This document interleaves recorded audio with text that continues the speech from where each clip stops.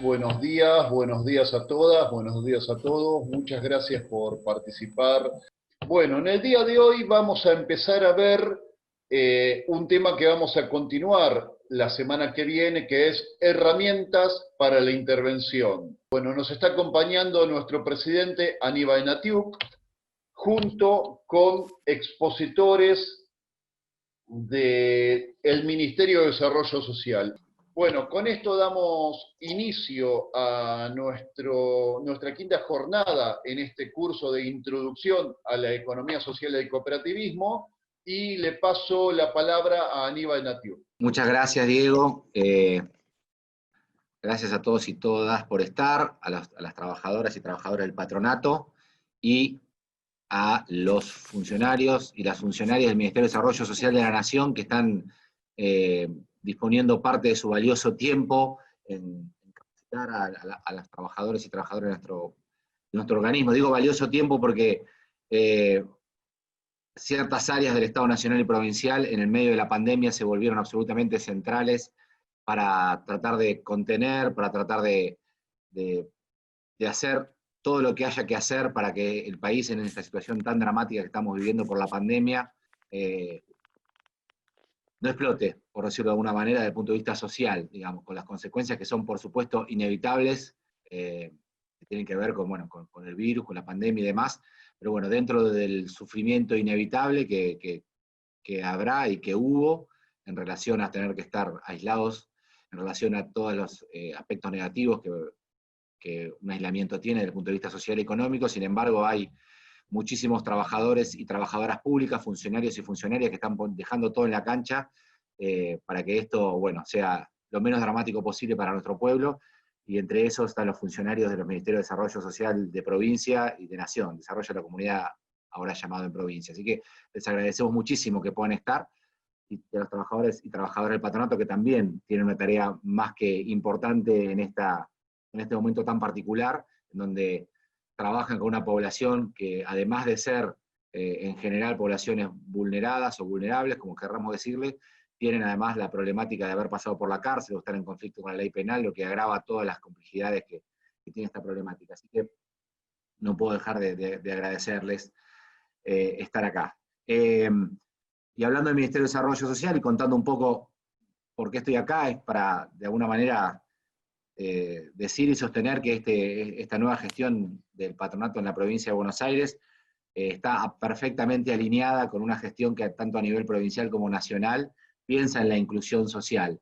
Piensa en la inclusión social como una herramienta para solucionar algunos o muchos de los problemas que dejaron las políticas neoliberales en la Argentina. Por eso nosotros no nos sacamos la careta y no decimos que estamos acá no sé, para solucionar problemas que tienen que ver con la problemática de la pena nada más, sino que estamos acá porque somos parte de un proyecto político que encabezan Alberto y Cristina a nivel nacional y Axel Kicillof en la provincia de Buenos Aires, y eso implica un frente de todos alineado en conceptos políticos que tienen que ver con organizarnos desde el Estado, desde las organizaciones sociales y de todos los lugares que podamos para generar lazos sociales, para generar articulación entre organizaciones sociales y Estado, en pos de salir de esta situación de tierra arrasada que quedó en la provincia de Buenos Aires luego de 4 años nefastos de gobiernos neoliberales. Y un ejemplo de eso es esta capacitación que estamos haciendo acá, esta articulación con el Ministerio de Desarrollo Social de la Nación, que tiene que ver con apostar a la inclusión social, apostar a la articulación de los organismos públicos que apuestan a algo más que un patronato en donde se registre una firma y nada más, digamos. Muchos trabajadores y trabajadoras nos plantearon que había que dejar el patronato como firmadero, así lo dijeron, a mí me quedó plasmado eso, y pensamos en otras cosas. Obviamente que eso depende mucho de los recursos que podamos conseguir, de poder salir de esta situación dramática de la pandemia. Muchos de los sueños que teníamos tuvieron que ser postergados al menos unos meses, pero estamos en ese camino. Justamente ayer fuimos con un funcionario del Ministerio de Desarrollo Social de la Nación, Emilio Pérsico, a una de las cooperativas que tienen como eje central la incorporación de personas que pasaron por la experiencia de la cárcel. Acá tengo un ejemplo de eso, que es uno de los mates que produce la cooperativa Cimarrones, que es uno de los ejemplos más importantes que tenemos de una organización social y política que tiene como objetivo, bueno, eso, generar niveles altísimos de inclusión social y de formación laboral de personas que pasaron por la cárcel. No todas las personas que trabajan ahí pasaron por la cárcel, pero la mayoría sí. Y haber estado ahí tiene un sentido, porque es haber estado con Emilio Pérsico, con funcionario de la Secretaría de Economía Social, porque va a ser esa la cooperativa Cimarrones, el lugar en donde vamos a firmar, posiblemente la semana que viene, un convenio, un esperado convenio con el Ministerio de Desarrollo Social, en el cual vamos a tratar de constituir un montón de unidades como esa, en la cual las personas que pasaron por la cárcel puedan acceder a recursos del Ministerio de Desarrollo Social, como potenciar trabajos similares, y que bueno, que estamos tramitando hace bastante tiempo. Las primeras reuniones ya empezaron hace unos cuantos meses, con Pérsico, con Arroyo, y bueno, la verdad que tiene toda una mecánica burocrática política que estamos llevando adelante, que entiendo que hay mucha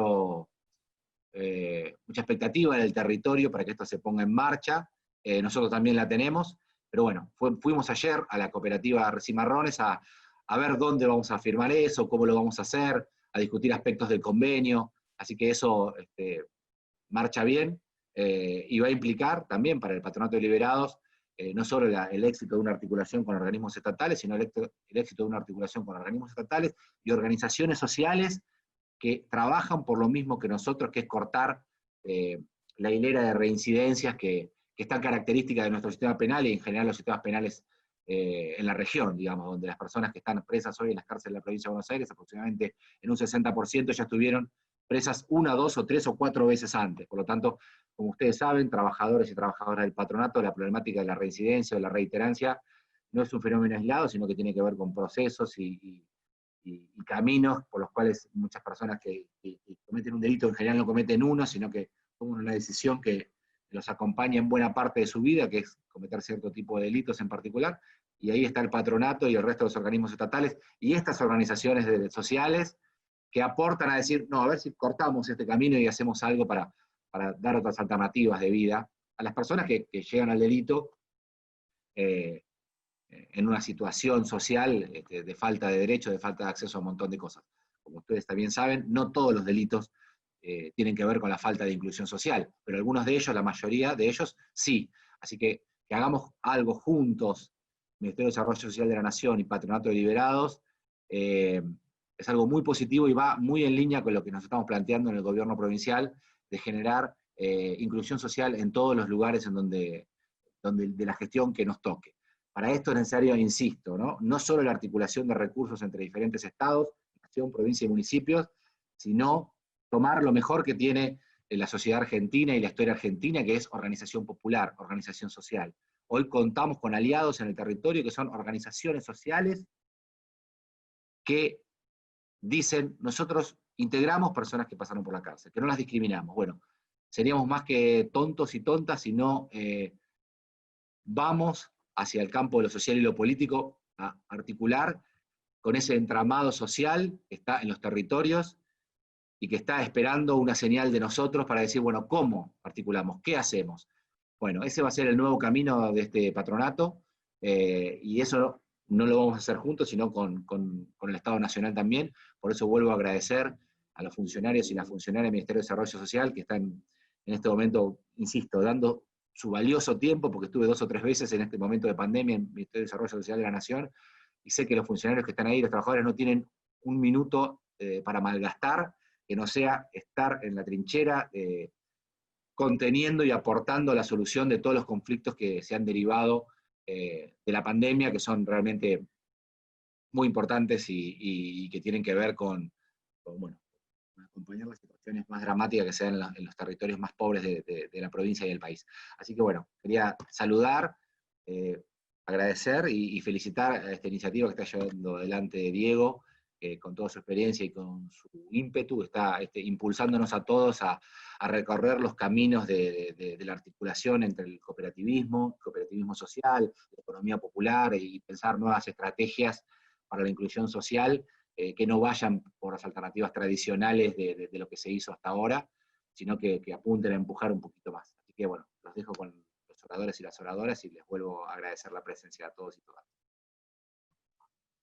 Bueno, muchas gracias, Aníbal, por tus palabras y la idea de trabajar hoy sobre los programas y las herramientas del Ministerio de Desarrollo Social tiene que ver con poder empezar a considerar la integralidad y la complejidad de las realidades con las que nosotros trabajamos. Por eso es que quisimos convocar a estos funcionarios para que expliquen de qué se trata su tarea. Conocemos bastante sobre el programa Potenciar Trabajo, por eso es que elegimos concentrarnos en otros programas. Así que eso vamos a empezar a hacer. Yo le voy a pasar ahora la palabra a Nahuel Silva, el coordinador del programa Manos a la Obra del Ministerio de Desarrollo Social. Muchas gracias, Diego. Muchísimas gracias por la invitación. También a Aníbal. Buenos días a todas y a todos los presentes, compañeras, compañeros. Voy a tratar de ir de lo general a lo particular, diría.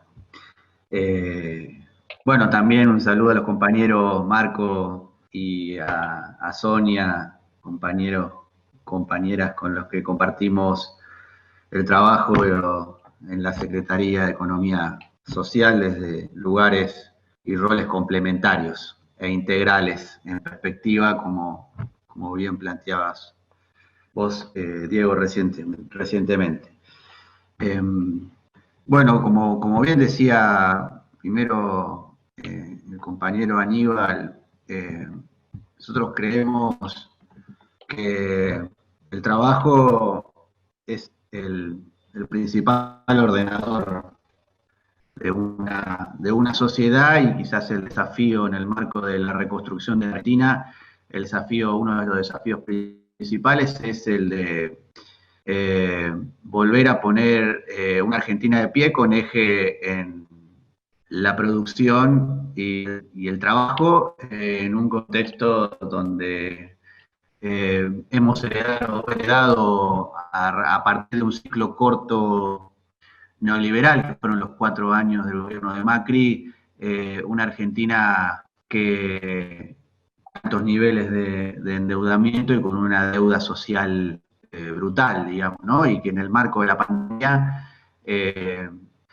esta situación social va a ser cada vez más acuciante, y todavía ya nos encontramos en el medio de una tormenta que todavía hemos pasado y que en el marco de una crisis que todavía desconocemos la magnitud de la misma. Por lo tanto, el desafío de reconstruir una Argentina con eje en el trabajo implica, desde una mirada integral, desde una mirada de desarrollo nacional y soberano, que implique la emergencia de todos los sectores de la sociedad, y la economía social, la economía popular es uno de esos componentes fundamentales para reconstruir el trabajo, el desarrollo local y la dignidad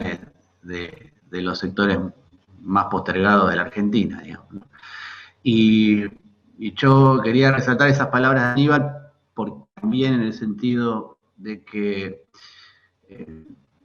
nosotros tenemos que reconstruir una Argentina poniendo a la ética de la solidaridad y la organización en comunidad por sobre la cultura del consumismo y el individualismo, digamos, ¿no? Y me parece que esa transformación es necesaria llevarla adelante poniendo como pilares esos valores, ¿no? Y entendiendo que tenemos una Argentina en donde la desigualdad social está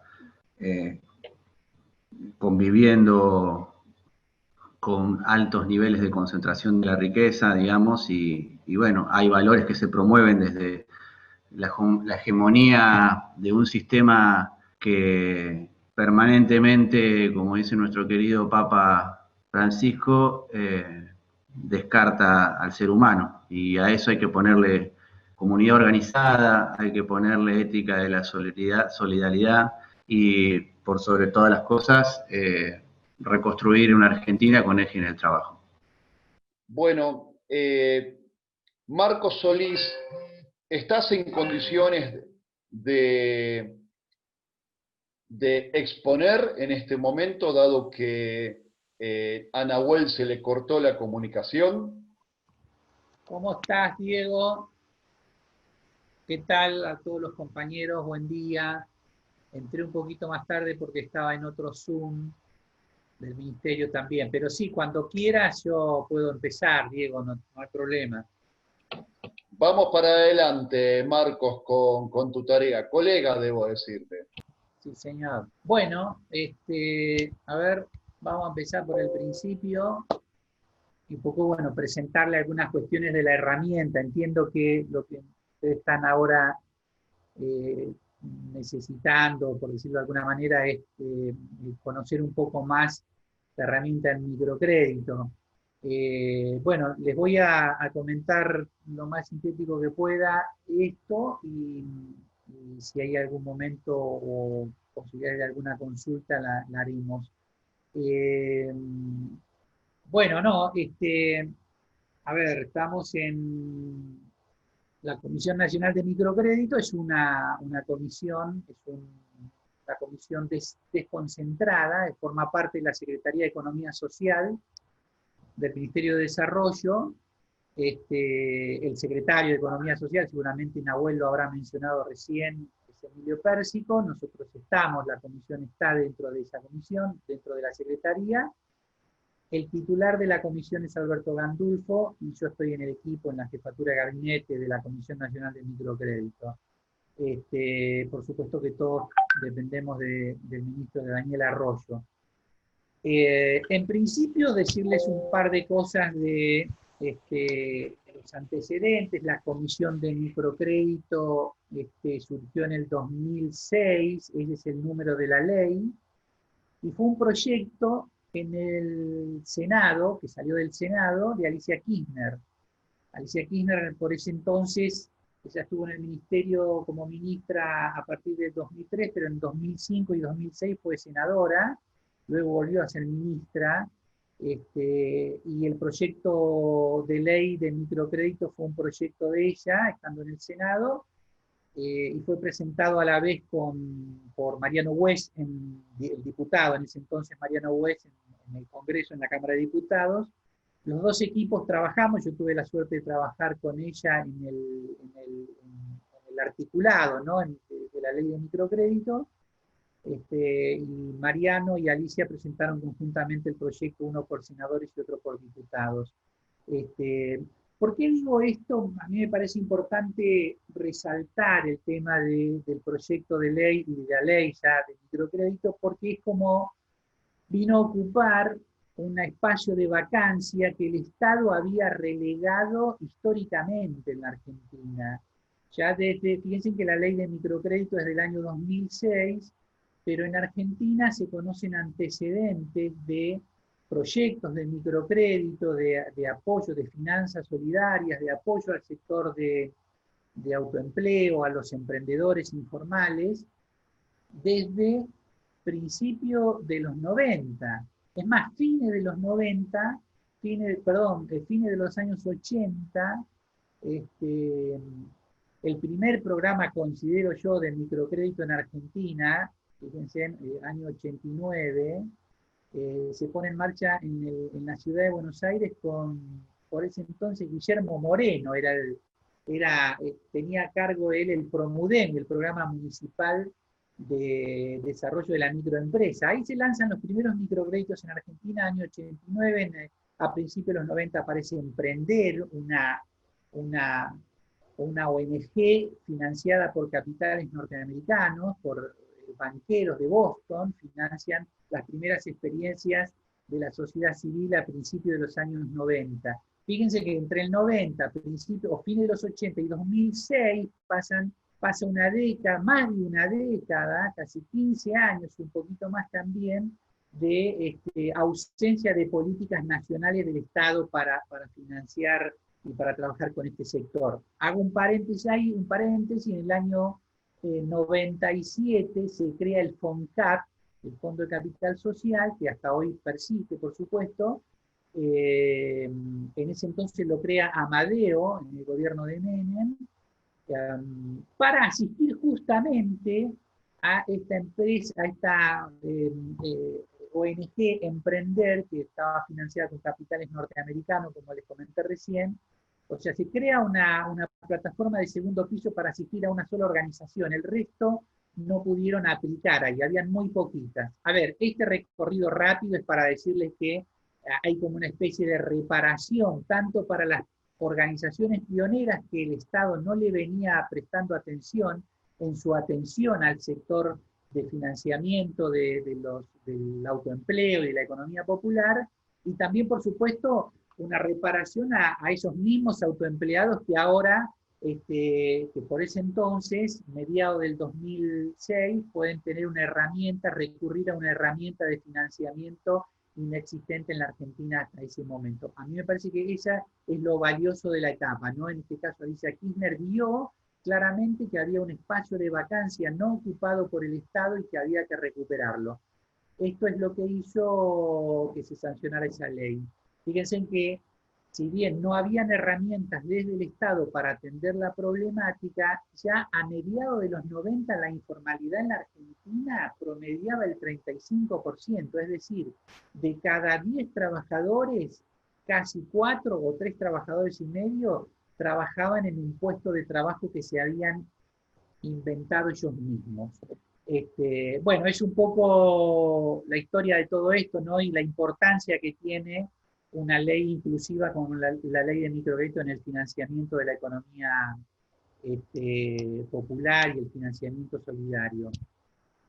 ¿Cuál es el espíritu de la ley de microcrédito? La ley de microcrédito crea una plataforma de operaciones que es la Comisión Nacional de Microcrédito, que está creada por ley, tiene rango de subsecretaría, por lo tanto Alberto es subsecretario, Gandulfo, y hay una definición muy importante dentro de la ley que hasta este momento no se venía dándole este tratamiento a este asunto, que es que define al sujeto de microcrédito, al emprendedor al que se le puede otorgar un microcrédito, lo define por el lado de su precariedad en el puesto de trabajo. Hasta este momento se venían hablando de microempresas informales, MIPYMES, microemprendimientos, y se los definía siempre por el nivel de facturación. Si facturaba menos A, era un emprendimiento popular; si facturaba más, ya no lo era, o por el número de trabajadores. Siempre se decía que menos de 5 trabajadores estábamos hablando de autoempleo, informal y demás. La ley de microcrédito coloca un elemento muy importante, que es definir al sujeto por su grado de precariedad en su puesto de trabajo. Y el objetivo que se propone la ley es sacar de la precariedad a esos emprendedores. Esta es una definición muy importante, está en el artículo 2, yo copié 2 renglones nada más, donde señala que los puestos de trabajo a apoyarse tienen que tener un determinado capital que lo pone como equivalente a igual o menos a 50 canastas básicas por trabajador. Esto es una definición bastante técnica, pero el concepto es: los precarizados, los emprendedores que tienen una relación capital-trabajo muy baja, son los que van a acceder a la ley de microcrédito. Los más grandes, los que tienen una relación capital-trabajo más grande, mayor, más alta, presuntamente tienen acceso a otros sistemas de financiamiento como el crédito comercial. Bueno, de la ley solamente quería marcar esto, que crea la comisión, crea el programa de microcrédito, crea un fondo y además define por el lado de la precariedad técnica, laboral, a los emprendimientos de la economía popular. ¿Cómo opera la Comisión Nacional de de microcrédito, la CONAMI funciona como una especie de plataforma de primer piso. ¿Esto qué quiere decir? Que CONAMI no otorga créditos directamente. Lo que hace la comisión es transferirle financiamiento, un fondo, un subsidio, porque finalmente el Estado, el Ministerio transfiere subsidios a organizaciones gubernamentales y organizaciones no gubernamentales que las consideramos como, perdón, lo puse al revés acá, ahora que me estoy dando cuenta. En realidad CONAMI es segundo piso y las ONG son segundo piso, perdón por el error, pero CONAMI no otorga créditos directamente, por eso se define como segundo piso, y las ONGs y las organizaciones gubernamentales son el primer piso. El primer piso es aquel que se vincula directamente con el emprendedor. Por caso, también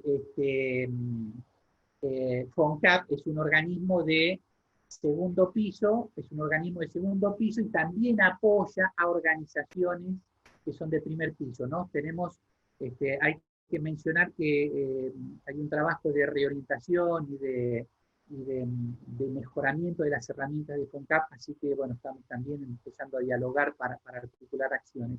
¿Qué es lo que hace entonces la Comisión de Microcrédito? Financia los fondos que estas organizaciones gubernamentales o no gubernamentales necesitan para otorgar los microcréditos. Si bien para la organización es un subsidio, ellas otorgan créditos que tienen que recuperarlos. Y además financia la estructura de gastos operativos de la organización. ¿Esto qué quiere decir? Prestar dinero no es barato, diría yo, y se puede hacer sin apoyar la estructura de gastos. O sea, las organizaciones que otorgan los créditos tienen personas que están trabajando dentro de esa operatoria, que se le llaman analistas de crédito, promotores de crédito. El ministro Daniel Arroyo prefiere llamarle tutores del microcrédito, que hacen un trabajo, que hacen el principal trabajo, es ir a visitar al emprendedor, es ir a hacer un autodiagnóstico de su situación, de su realidad económica, familiar y la realidad económica del emprendimiento, hacen un estudio, hacen un análisis de esos datos, hacen una visita al puesto de trabajo donde opera ese emprendedor, donde desarrolla su actividad, y todo eso tiene un costo, un costo en remuneración de los honorarios de ese analista de crédito, en los viáticos, demás, papelería. Todo eso lo financia la CONAMI, que son la cobertura de gastos operativos, y es lo que permite que estas organizaciones puedan otorgar créditos a una tasa absolutamente negativa y subsidiada por el Estado Nacional del 3% anual. Ustedes sabrán que, salvo los créditos que se lanzaron hace muy poco tiempo en el medio de la pandemia para atender ciertos sectores también del trabajo y la producción, a monotributistas y demás, a tasa cero, no hay una tasa más baja que esta, sacando ese otro programa. Que por otra parte, todos estos emprendedores no aplican a esos programas que el Estado Nacional, en medio de la emergencia sanitaria, ha puesto para resolver temas de costos de producción y de materias primas y demás de este sector que mencionaba recién. No aplican porque la mayoría, si no todos los productores, emprendedores que participan de las operatorias de microcrédito, en general están en un grado de informalidad tal que no son sujetos elegibles por el sistema comercial. Ustedes saben que cualquiera de esos créditos tiene para aplicar, hay que tener una serie de condiciones que estos emprendedores no las pueden cumplir. La tasa de interés del 3% anual es una tasa, por demás, obviamente accesible. Ustedes saben que la tasa hoy bancaria, la tasa de referencia debe estar en el 50, 40 y pico, 50%. a la única sistema de crédito que estos sectores pueden acceder es a la banca de usura, que bueno, ustedes también lo deben saber, los prestamistas de los barrios populares, de los centros urbanos más populares, no bajan del 250-300% anual. Es decir, que esta es una operatoria por demás accesible y beneficiosa para los emprendedores que aplican a estos programas. ¿Cómo hacen este trabajo? Yo recién repasaba un poco de la tarea del analista de crédito, del promotor. La metodología que se aplica es una metodología que yo lo resumí acá en siete elementos que me parecen son como los más sobresalientes del trabajo de la organización con ese productor, con ese emprendedor.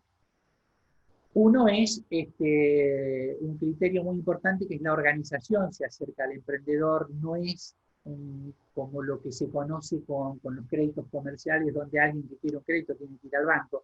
Acá estamos hablando de un esquema absolutamente diferente, es la organización a través de ese promotor o analista de crédito que va en busca de ese emprendedor que necesita una oportunidad de financiamiento. Ahí hay una primera diferencia sustantiva.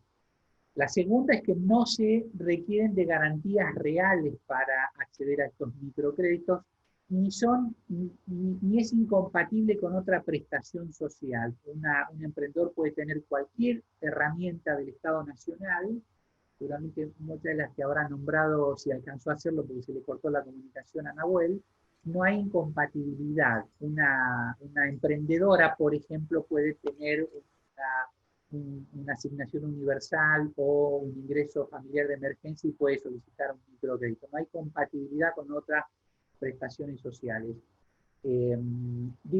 No se solicitan garantías reales porque obviamente estamos hablando de un sector en la informalidad casi total, a lo sumo muchos han podido acceder al monotributo social, y no disponen de ese tipo de garantías reales. No hay herramientas, maquinarias, inmuebles para hipotecar ni para prendar, no hay recibo de sueldo para poner en garantías.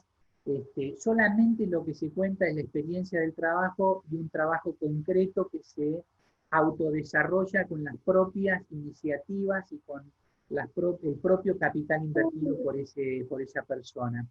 Entonces, las organizaciones no solicitan garantías reales. Es más, cuando se advierte que hay emprendedores o personas que demandan crédito que tienen, muchas veces hay experiencias de organizaciones que nos cuentan que muchos de estos emprendedores se acercan diciendo, mira, yo tengo una hipoteca, tengo una garantía, te puedo facilitar los libros contables. Ya cuando hay demasiadas cosas, uno empieza a advertir que nos estamos alejando del sector al que queremos llegar. El que queremos llegar no está en un grado de precariedad muy elevada, sin la posibilidad de contar con esas garantías reales.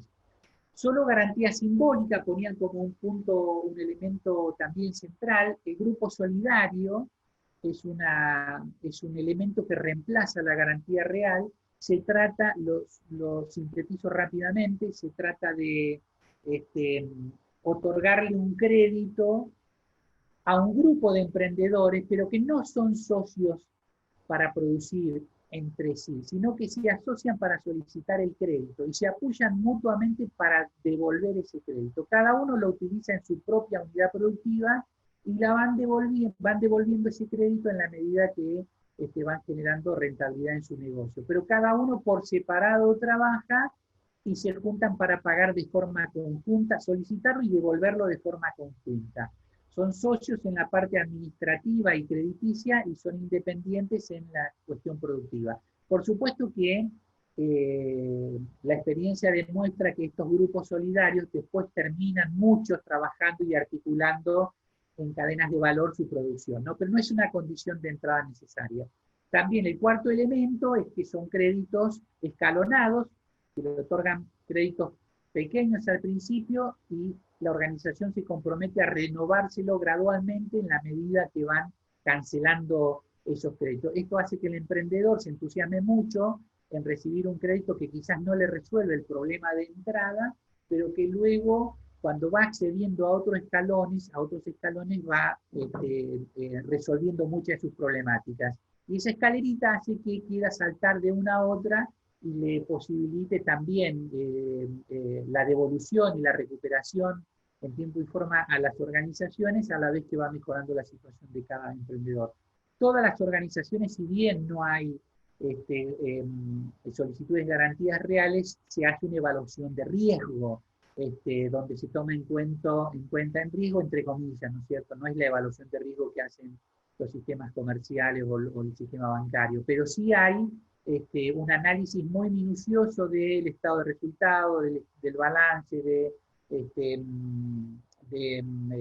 las condiciones en las que comercializa, de los competidores. Hay estructurar un esquema metodológico de evaluación muy preciso y muy importante para no meter en problemas a los emprendedores y para que el programa también pueda recuperar los fondos y volver a reinvertirlos.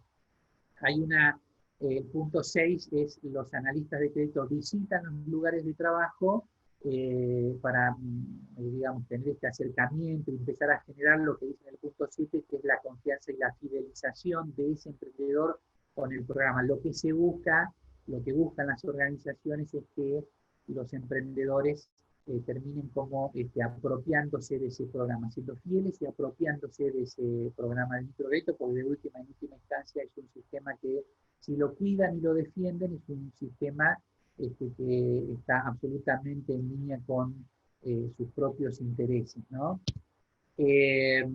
Algunos resultados rápidamente, que ya me quedan unos minutos. A 15 años de la ley de microcréditos, hoy en la actualidad hay 250 organizaciones público-privadas, algunas públicas, otras privadas, municipios, ONGs, en todo el territorio argentino, que hoy están aplicando esta metodología. La estamos recuperando a muchas, porque en los 4 años anteriores han sido muchas desfinanciadas. Piensen que ahí entre paréntesis les puse que en el 2015, cuando nos fuimos de la CONAMI, yo estoy desde el principio, ¿no? Desde que la fundamos hasta el 2015 que nos fuimos, y volvimos nuevamente, y le agradecemos la confianza a Daniel por volver a pedir al mismo equipo, a Alberto Gandulfo, a mí y a algunos otros compañeros, para que volvamos a retomar el proyecto. Cuando nos fuimos en el 2015, estábamos trabajando con 1.600 organizaciones. Cuando volvimos en el diciembre del 2019, solo quedaban 250 organizaciones operativas. ¿Esto qué quiere decir? Que el resto fue desfinanciada, no se aportó más fortalecimiento ni fondos para que siguieran operando las organizaciones. Las organizaciones, muchas de esas tuvieron que usar plata hasta donde pudieron de la cartera de crédito para sostener la operatoria hasta que se terminó licuando, ¿no? Bueno, estamos tratando de recuperar todo ese capital y esa capilaridad que tenía el programa en Argentina. Hay una inversión global de 1.500 millones que se hizo hasta este momento. Por supuesto que la mayoría, el 90% de esta inversión se hizo hasta el 2015 y luego se redujo mucho la cuestión presupuestaria de la CONAMI en los 4 años del gobierno anterior. Y en la actualidad hay 40.000 emprendedores activos. Emprendedores activos significa que están hoy devolviendo un crédito, o sea que están adheridos a alguna de estas organizaciones, tienen un crédito activo y lo están pagando, lo están devolviendo. Son 40.000, hemos tenido, por supuesto, en 2015 muchísimos más, ¿no? Los préstamos históricos que otorgó la CONAMI a través de estas organizaciones, o sea, las organizaciones recibieron el fondo y prestaron, y se logró prestar 2.400 millones hasta la actualidad, otorgando algo así como 700.000 créditos. Un dato importante es lo que puse ahí abajo, que es el crédito promedio. El crédito promedio en Argentina hoy, los emprendedores demandan créditos promedios por 15.000 pesos. Es un dato importante para la planificación del trabajo y las actividades, ¿no? Uno pensaría que podría llegar a ser un poco más alto, pero por lo menos los datos que tenemos nosotros en CONAMI, de estos 40.000 emprendedores, están pagando créditos en promedio de 15.000 pesos. Y bueno, para finalizar quería resaltar 4 o 5 desafíos, esta es la misma, de la CONAMI para los próximos años y los desafíos que nos hemos planteado cuando volvimos a la gestión con el ministro y con el secretario, con Emilio Pérsico. Los desafíos que tenemos para adelante son lograr la masificación y el escalamiento del microcrédito, recuperar un poco todo el camino perdido en estos últimos 4 años, pero lograr escalar y masificar esta herramienta. Ustedes saben que el IFE lo mostró, que hay 9 millones de argentinos que hoy están en una situación de informalidad, muchos de los cuales están desarrollando una estrategia de subsistencia, diría yo, vinculado a un emprendimiento productivo. Unos cuantos millones, ¿no? De manera de que masificar y escalar el microcrédito en Argentina es un desafío y es una meta que se propuso el ministro y el secretario para esta nueva gestión. Ustedes lo habrán escuchado a Daniel hablar mucho de créditos no bancarios a tasa del 3%, como lo mencionamos recién, para compra de herramientas, para desendeudamiento, que es otra característica que heredamos del gobierno anterior, este sector fuertemente endeudado con la usura. Entonces, bueno, es necesaria una herramienta de escala y de masividad. Por lo tanto, nos va a implicar el segundo desafío, que es evaluar y analizar, y lo estamos haciendo desde CONAMI, funcionar como primer piso, otorgar créditos directamente desde CONAMI, sumándonos a la tarea que hacen las organizaciones y las gubernamentales y no gubernamentales, pero tener una política agresiva de crédito directo de CONAMI como primer piso. Y esto nos va a implicar un desafío también importante, que es poder llegar a digitalizar todos estos procesos, usar toda la tecnología disponible para que un emprendedor pueda acceder en base a aplicaciones móviles a solicitar un microcrédito. Hoy tienen que ir hasta la organización. Ya estamos haciendo algunas pruebas con algunas organizaciones de generar aplicaciones que le permitan a cualquier persona, y más en épocas como estas, de tratar de reducir la movilidad por la emergencia sanitaria, acceder a través de aplicaciones digitales y todo lo que significa no solo llegar al crédito a través de estos instrumentos, sino también que los créditos se puedan monetizar a través de billeteras virtuales y demás. Bueno, meter en función de la economía popular y los microcréditos todo el desafío o todos los instrumentos tecnológicos que hoy hay disponibles en Argentina y en el mundo, ¿no es cierto? Un desafío también importante, que es, así como pensamos este escalamiento, esta masificación, pensar en que el crédito tiene que ser una herramienta complementaria que se debe combinar con otros elementos del fomento de este sector, como es el subsidio y otros elementos de promoción y comercialización. Meter el microcrédito mucho más fuerte dentro de estas estrategias de desarrollo es un desafío también importante.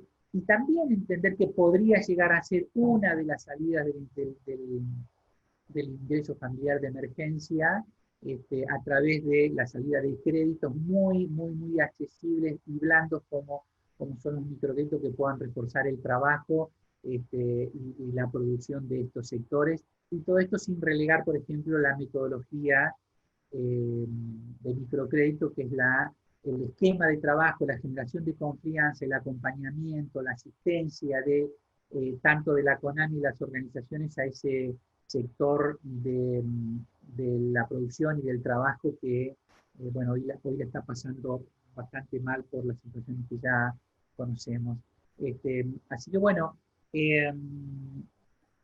Diego, creo que cumplí con el horario presentando algunos de estos elementos de funcionamiento y de esta herramienta, que es una herramienta muy poderosa, siempre que se ponga con mucha racionalidad, con mucho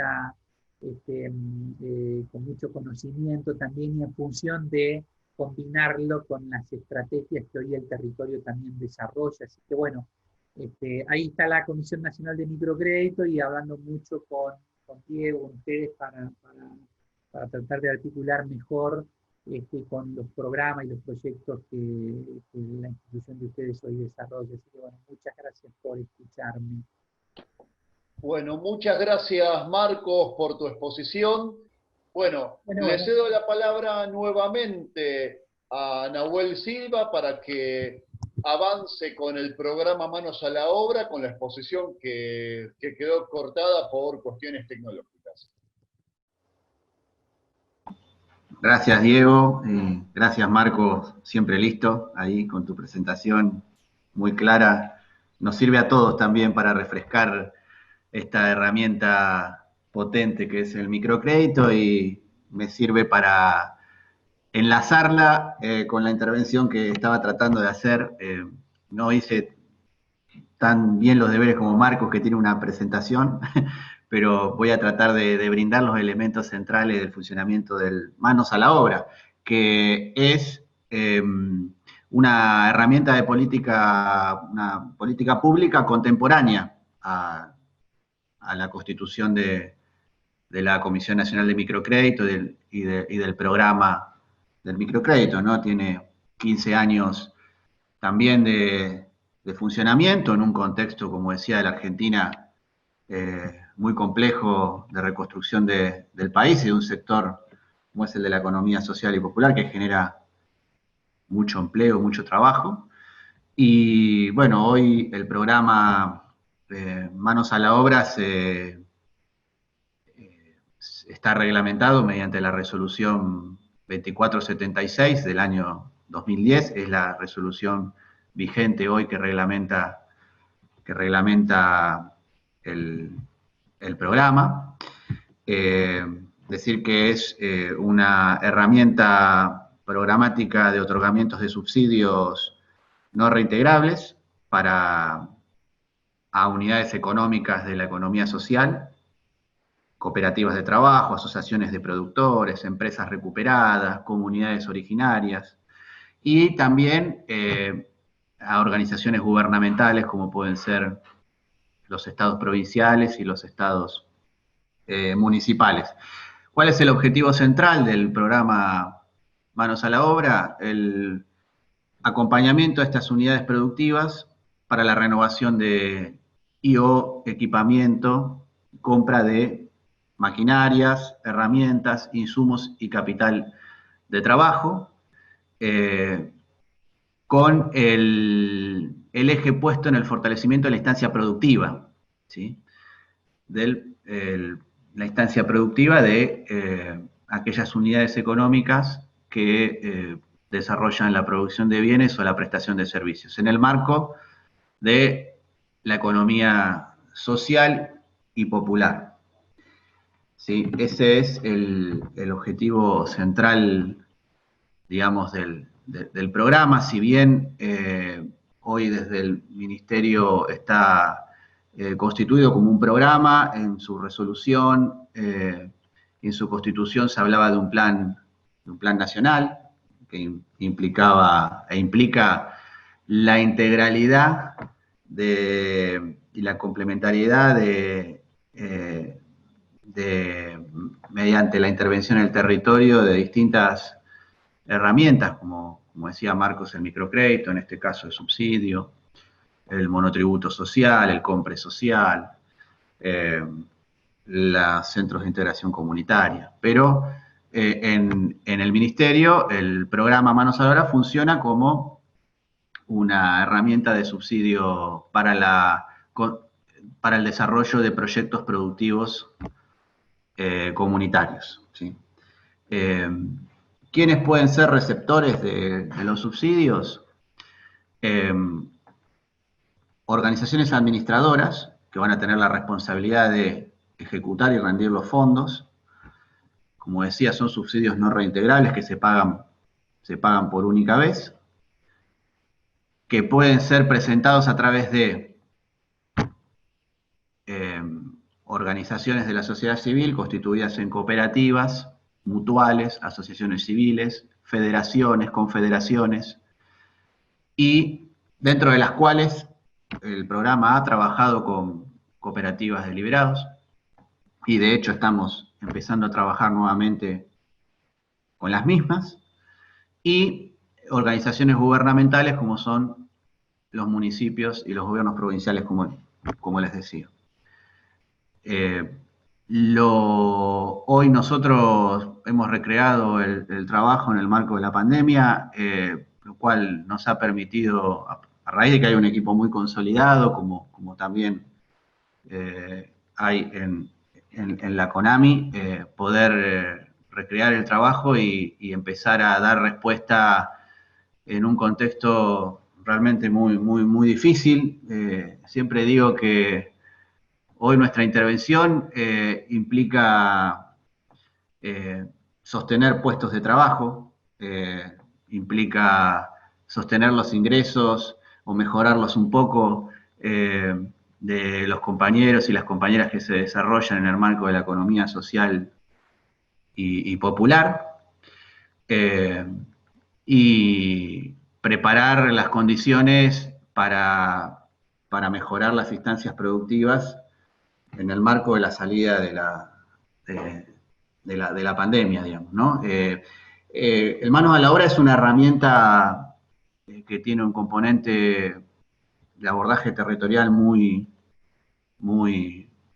importante, que es una herramienta de subsidio programática que puede abarcar el fomento y el desarrollo de múltiples rubros dentro de los cuales se desarrollen emprendimientos comunitarios, cooperativos o precooperativos.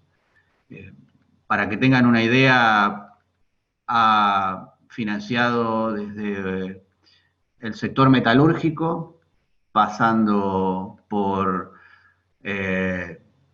familias productoras de alimentos agroecológicos en el marco del desarrollo de la agricultura familiar, pasando por emprendimientos textiles, de reciclado, y hasta las empresas recuperadas, ¿no? Donde hoy están teniendo una participación también desde el Estado, en la Secretaría de Economía Social, donde se han institucionalizado y están en proceso de institucionalización, y también se ha abordado la necesidad de financiamiento de las mismas, que en ese caso implica el otorgamiento de subsidios para la reactivación de sus ciclos productivos mediante la compra de insumos y capital, bueno, y la generación de capital de trabajo, que es hoy quizás una de las principales dificultades que tiene ese sector. Pero también está abordando la capitalización de unidades productivas de baja escala, que tienen que ver con lo emergente de los últimos años, que es la economía popular, y que bueno, que también busca dar respuesta a la generación no solamente de instancias de fortalecimiento productivo de una escala quizás mayor, como pueden ser cooperativas que en algunas regiones o en algunas localidades tienen intervención en el mercado, sino también aquellas unidades productivas que nacieron al calor de la crisis generada por el neoliberalismo en los últimos años, y que bueno, que ha generado como contraparte el desarrollo de diversas unidades productivas de baja escala llevada adelante por compañeras y compañeros de la economía popular, que se inventan el trabajo todos los días y que son descartados del mercado de trabajo, y que requieren herramientas y equipamiento para poder llevar adelante sus emprendimientos productivos y poder llegar a un salario digno, digamos, ¿no? Con relación a la compatibilidad, como marcaba también Marcos, es un programa que lleva adelante un cruce con el sistema de identificación tributaria y social, el denominado Sintis,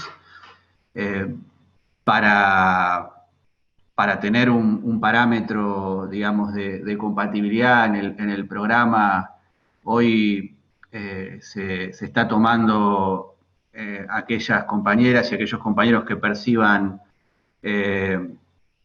hasta 2 salarios y medio mínimo vitales y móviles de ingresos registrados, y de aquellos miembros que integran las unidades económicas, ¿no? Las cooperativas o a los grupos asociativos o precooperativos. Básicamente el programa funciona de esta manera. ¿Cómo se puede llevar adelante, digamos, para ir más a lo operativo? Nosotros hoy tenemos un equipo de trabajo que está organizado en 6 regiones del país, que evalúa y acompaña a las organizaciones sociales, a los grupos asociativos, a las cooperativas en el desarrollo de las propuestas productivas. Las propuestas tienen que tener eje en el fortalecimiento del trabajo, en la generación de ingresos, en el fortalecimiento de la instancia de la producción, como les decía. Hoy le estamos tratando de dar una escala y un acompañamiento mayor, con todas las dificultades que implica trabajar en la pandemia, pero con un volumen de trabajo muy, muy importante. Tenemos más de 160 propuestas de trabajo, de proyectos en distintos puntos del país, y estamos trabajando en esa sintonía. Como les decía, hay una guía de formulación de propuestas que me comprometo a acercarles, ni bien a Diego, a través de Diego, para que puedan ir viéndola, que no es ni más ni menos que un insumo para que nosotros podamos acompañar en el proceso de elaboración de las propuestas a los compañeros y a las compañeras. Y bueno, a partir de eso se inicia un intercambio con el programa que lo que busca es llevar a evaluar la viabilidad del mismo sobre la base de estos objetivos, como les decía yo recientemente. Decir que nosotros creemos fervientemente en que desde la Secretaría hay 2 grandes pilares, digamos, en los cuales nosotros trabajamos e intervenimos también desde el programa, que tiene que ver con, para nosotros no son, las compañeras y los compañeros no son beneficiarios de políticas sociales, sino titulares de políticas laborales, entendiendo que el principal objetivo es el reconocimiento y la valorización del trabajo preexistente, y desde el manos a la obra intentamos intervenir sobre aquellas asimetrías productivas que generan, en definitiva, esa vulnerabilidad social, digamos, ¿no? de nuestro sector. Hoy la economía social y también el de la economía popular, que es prácticamente descartado del mercado de trabajo. Así que, Nahuel, ¿te en puedo hacer líneas una generales, pregunta? sí, cómo no. Acá estaban preguntando 2 compañeras. Uno, Sí. digo, el monto promedio de un proyecto de manos a la obra, o montos típicos, y por otro lado, más o menos, ¿cuánto dura el proceso de gestión desde que se presentan los formularios hasta que se efectivizan las prestaciones? Mira, En los montos, no hay montos en la resolución y la reglamentación, hay límites específicos en la norma. Sí trabajamos sobre una proporcionalidad entre la cantidad de titulares de un proyecto y el monto, ¿sí? Por así decirlo, no puede haber un proyecto de 3 millones de pesos con 3 o 4 miembros en esa unidad productiva, sino tiene que haber primero una proporcionalidad entre los titulares del proyecto y el monto, y después, bueno, también un criterio según la necesidad de financiamiento del proyecto. Para que tengan una idea, nosotros hoy tenemos proyectos de 1 millón de pesos, 4, 5 o 10. Digo, depende de la proporcionalidad del sector, de la necesidad de financiamiento. Y en relación a los plazos, desde el momento en que nosotros hoy estamos sacando a circuito de pago expedientes que se empiezan a evaluar, en el momento que se empiezan a evaluar hasta que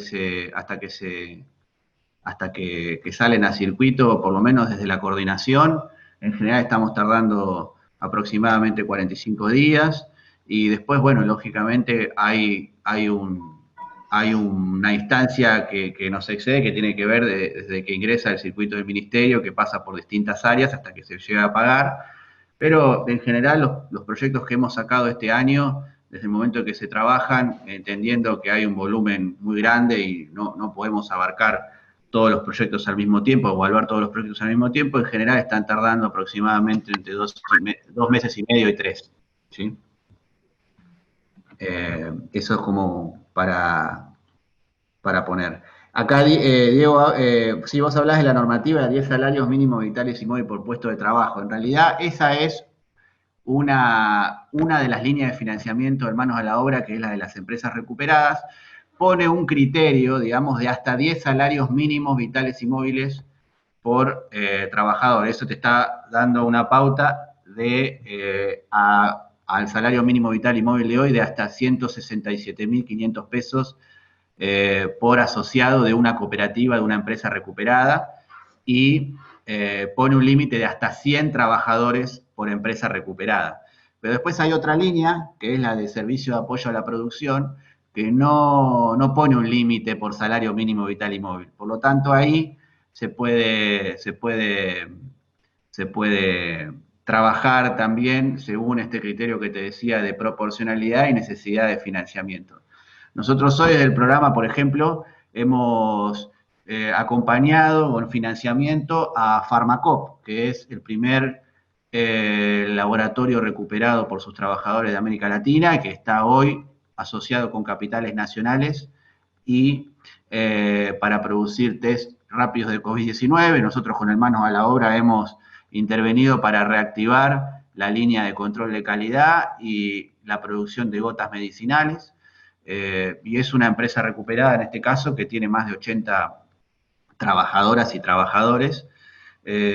Por así decirlo, y poner otro ejemplo, también hemos intervenido en a través de un subsidio en una cooperativa que está radicada acá en La Matanza, en Villa Madero, que produce aceite a granel y que con el Manos a la Obra están comprando hoy una máquina que va a poder envasar el aceite, y eso va a mejorar su capacidad de intervención en el mercado. Así como también recientemente hemos trabajado y ya enviado a Circuito de Pago un proyecto que pone eje en la soberanía y la seguridad alimentaria en una cooperativa que está en Colonia Ferrari, que ha sido un proyecto que se le ha llevado desde la UTEP al presidente, que tiene que ver con la producción de alimentos agroecológicos. Desde el Manos a la Obra hemos trabajado este proyecto para la constitución de bebederos móviles, una planta de alimento balanceado, la compra de animales de vaca jersey para mejorar la la producción de los derivados de la leche, como los quesos, el dulce de leche, el desarrollo de invernáculos, bueno, todo módulos de producción avícola, desarrollado por familias productoras de la agricultura familiar constituidas en cooperativas. Para que tengan una idea también, hemos intervenido también en el sector metalúrgico a través del subsidio para la compra de insumos de una cooperativa metalúrgica. Bueno, en definitiva es una herramienta de subsidio versátil que puede abordar diferentes problemáticas. Acá Flor me pregunta si están en marcha, tienen que estar en marcha o se pueden constituir proyectos nuevos. Sí, se trata de fortalecer proyectos que están en marcha, pero también se pueden constituir proyectos que quieran iniciarse. Esto, lo más importante acá es tener un grupo precooperativo o asociativo o un grupo de trabajo consolidado, digamos, ¿no? Siempre es lo central. Si no hay un grupo de trabajo consolidado, el proyecto puede tener dificultades para desarrollarse, digamos, ¿no? Y propuestas familiares de menor escala, sí, se puede. Ahí, ¿cómo estamos trabajando? Para tramitar el subsidio, como en cualquier herramienta de política pública, necesita una personería jurídica. Una personería jurídica que va a ser que va a recibir los fondos, los va a ejecutar y los va a rendir ante el ministerio. Por lo tanto, ¿qué estamos haciendo con relación a cómo abordar a los grupos asociativos o precooperativos? Esto que dice Romina en su pregunta, con una asociación civil. Con una asociación civil nosotros tenemos posibilidad de canalizar el subsidio a distintos grupos asociativos o precooperativos en el territorio, que lógicamente tengan alguna interrelación y alguna articulación entre sí. Entonces, de esa manera, nosotros podemos abordar, digamos, subsidiando mediante la compra de insumos, herramientas, maquinarias, a las unidades productivas más de baja escala, familiares, asociativas, que a través de asociaciones civiles o fundaciones o ONGs o mutuales, ¿sí? Las cooperativas, ¿qué es lo que tienen? Que las cooperativas en general, son de un rubro específico y bueno, se lleva adelante el subsidio directamente hacia la cooperativa comunidad económica y hacia los titulares que son sus asociados, ¿no? Pero bueno, como les decía, es un programa que estamos volviendo a poner en valor y que hoy tiene una dinámica de trabajo alta y está a disposición para trabajar con el sector, ¿sí? Bueno, muchas gracias, Nahuel, por tu exposición y le cedo ahora la palabra a Romina Lombardo para que nos cuente qué es el Registro Nacional de Trabajadores de la Economía Popular. ¿Qué tal? Bueno, buenos días, compañeros, compañeras. Sonia Lombardo es mi nombre. Ahí lo, lo aclaro por las dudas, no hay problema. Bueno, agradecerles. La verdad que veo que son un montón conectados y está buenísimo. Y también agradecerles porque nos generaron una instancia para escucharnos a nosotros también, junto con Nahuel, con Marcos, que la verdad que por ahí nos cruzamos más informalmente, pero está buenísimo refrescar las herramientas que tenemos, por lo menos de las secretarías y orientadas para el sector. Bueno, lo primero que a mí me gustaría, tampoco hice la tarea como Marcos, así que no tengo presentación, tenía algunas armadas, pero no me parecían que iban para este tipo de encuentro, así que ahí yo le pasé a Diego algunos materiales oficiales para que tengan, folletería, los videos y distintas herramientas de comunicación que generamos en relación a explicar el RENATEP. Yo para empezar me gustaría contarles que para nosotros y para nosotras el registro de trabajadores de la economía popular, trabajadores y trabajadoras, así se llama, es una deuda pendiente en dos sentidos, o era una deuda pendiente en dos sentidos. Por un lado, una deuda normativa, porque ustedes saben que en realidad este registro fue creado por la Ley de Emergencia Social, votada a fin del año 2016, una ley impulsada por los movimientos sociales, por la CETEP en particular, pero en articulación con los movimientos populares, apoyada por la CGT en su momento, digamos, ahí se dio una experiencia muy interesante en relación a la articulación entre los sindicatos y los gremios tradicionales y los que estábamos constituyendo trabajadores de la economía popular, y con fuerte, bueno, por supuesto, a partir de una larga lucha, largas jornadas de movilización, de construcción, de alianzas. Entonces, esta ley, que es la Ley de Emergencia Social, que se sancionó en 2016, creaba este registro, así como también fue el primer instrumento normativo que mencionaba a los trabajadores de la economía popular como tales. Eso para nosotros fue un punto en relación a que son trabajadores y trabajadoras que no se concebían como tales ni por el Estado, o no eran concebidos como tales ni por el Estado ni por la sociedad. Entonces, este fue un primer paso en la institucionalización del sector que nosotros y nosotras destacamos. Esa ley también creaba el salario social complementario, una herramienta que en su concepción, o desde conceptualmente en la ley, tenía que ver con generar un salario que complemente el salario o el ingreso que generaban este tipo de trabajadores y que no alcanzaban el salario mínimo vital y móvil, y esto sucede por muchas de las cosas que también traía Marcos en relación al nivel de capitalización, la situación de quizás de vulnerabilidad en la que se encontraban desarrollando sus trabajos, y otras cosas que volvemos más adelante.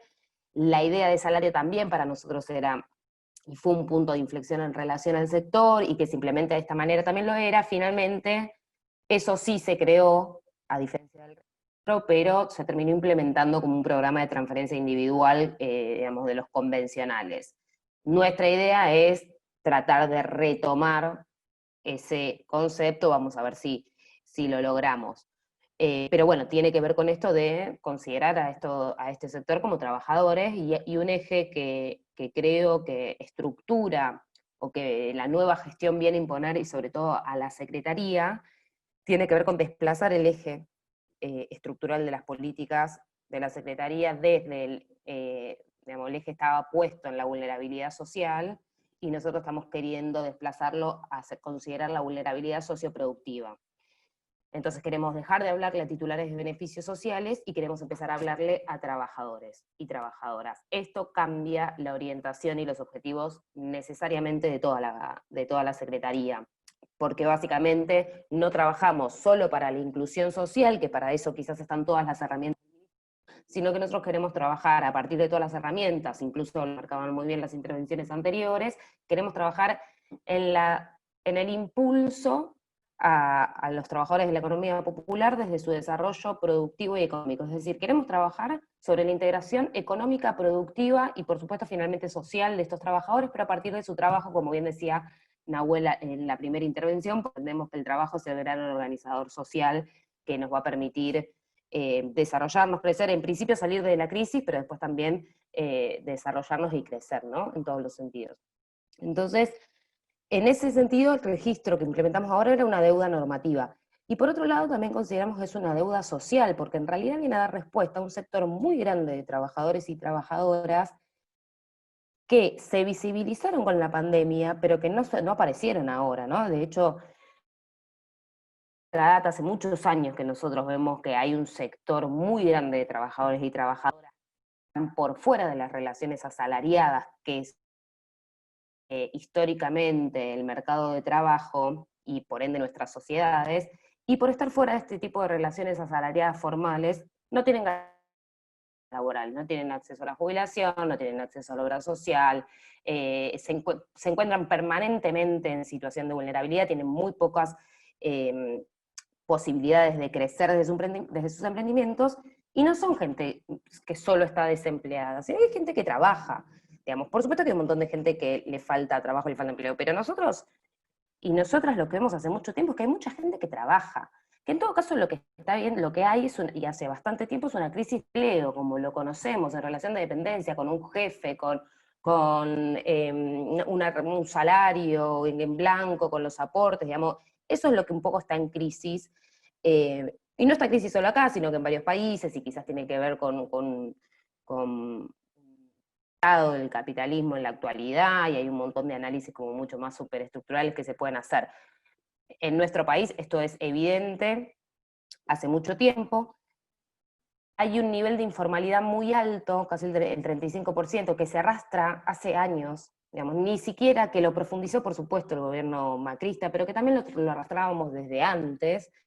Y dentro de este grande porcentaje de informalidad se esconden diferentes tipos de trabajos y de modos, digamos. No toda esa informalidad corresponde a los trabajadores de la economía popular o trabajadores de la economía social y solidaria. Por supuesto que ahí hay relaciones encubiertas, no declaradas, relaciones informales de trabajadores en relación de dependencia. Pero bueno, dentro de ese marco del 35% que hacen a nuestros números, nosotros entendemos que hay un sector muy alto que corresponde al sector de los trabajadores y trabajadoras de la economía popular, que no tenemos números certeros, por eso viene el registro, del registro, pero que sabemos que son muchos. Y nosotros estimamos desde las organizaciones que son entre 4 y 6 millones de trabajadores. Y este número no es un número al azar, sino que hay unos números estimados generales que a mí me gusta compartirlos porque nos dan como un panorama. El mercado laboral en la actualidad se compone por 6 millones de trabajadores, según fuentes del INDEC, ¿no? y del Ministerio de Economía, por 6 millones de trabajadores que se desempeñan en el sector privado, 3 millones, todos números aproximados, ¿no? De trabajadores del Estado, 1,5 millones de monotributistas y 300.000 aproximadamente trabajadoras que se desempeñan bajo el convenio de relación de dependencia. Eso es un total de 11 millones de trabajadores. Y la población económicamente activa es de 23. O sea que hay 11, 12 millones de trabajadores que no sabemos en qué situación se encuentran, porque no están registrados. Y no es posible pensar que hay 11 millones de trabajadores que no trabajan. Porque si no, un dios en una hambruna. No sé. Entonces, dentro de ese universo, hay muchos y muchas que se desempeñan dentro de este sector que se conoce, y uno de los, o que queremos salir a conocer. Bueno, y sumo, hay algo que, digamos, nosotros si bien el registro, como les decía, viene desde la ley de emergencia social, nosotros lo empezamos a trabajar apenas iniciamos en la gestión, porque es una de las políticas estructurales para nosotros del sector, a partir de la cual va a ordenar todas las políticas orientadas a la economía social, solidaria y popular. Se frenó por la pandemia, como en un primer momento de la pandemia se frenó todo, pero luego, en el medio de la pandemia, volvió muy sobre la mesa y como una necesidad muy fuerte de salir, básicamente por lo que pasó con el IFE, como antecedente. ¿En qué sentido que pasó con el IFE? El IFE fue un instrumento de emergencia planificado para 4 millones de trabajadores y trabajadoras. Se anotaron 12 millones que lo solicitaron y se terminó otorgando a 9 más o menos, 8,5, 9. ¿Qué quiero decir con esto? El Estado no tenía idea, el Estado y este Estado, ni el anterior, ni hace años, de la población con la que tenía que trabajar. Entonces, de vuelta, no es que toda la población del IFE es trabajador o trabajadora de la economía popular, pero sin duda, gran parte de ellos sí lo son, y fueron, digamos, no puede ser que un Estado planifique, digamos, no puede ser ni política ni presupuestariamente que un Estado no pueda planificar una política de corte, más en una situación de emergencia con la que estábamos. Entonces, esta situación la verdad es que le dio un nuevo impulso coyuntural, si se quiere, a la necesidad del registro.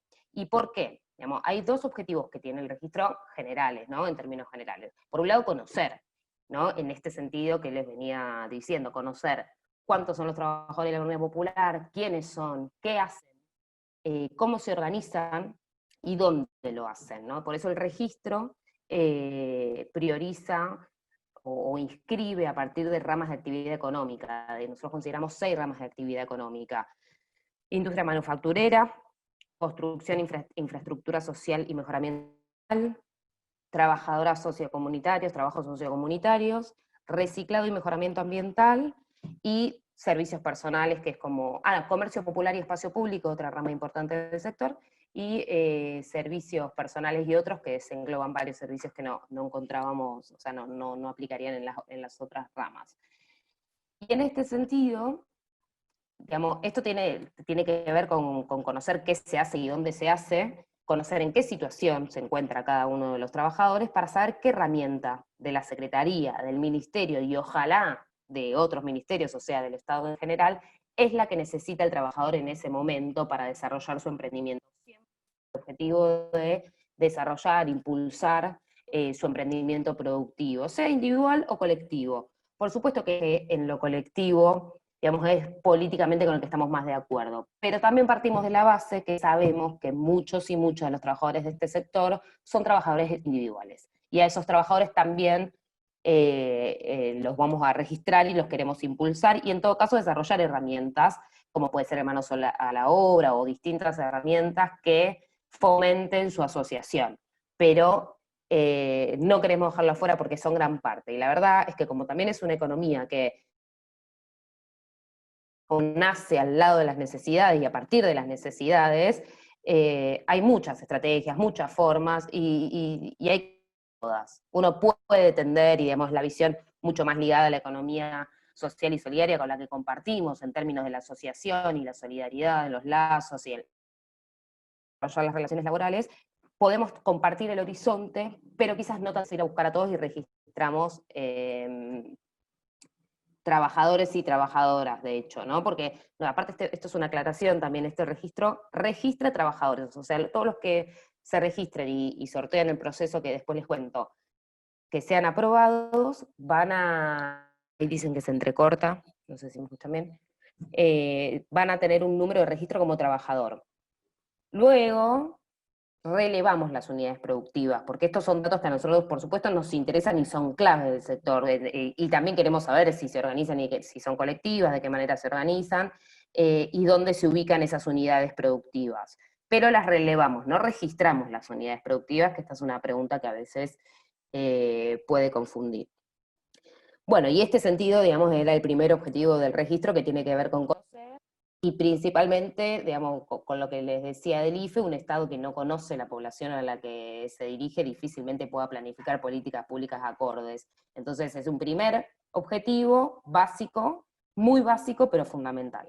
Y un segundo objetivo tiene que ver con reconocer en términos de derechos. Nosotros queremos que el registro se convierta en una herramienta a partir de la cual los trabajadores y trabajadoras de la economía comiencen a acceder a los derechos que, por estar, como les decía al principio, en relaciones por fuera de las relaciones asalariadas, que son las que organizan,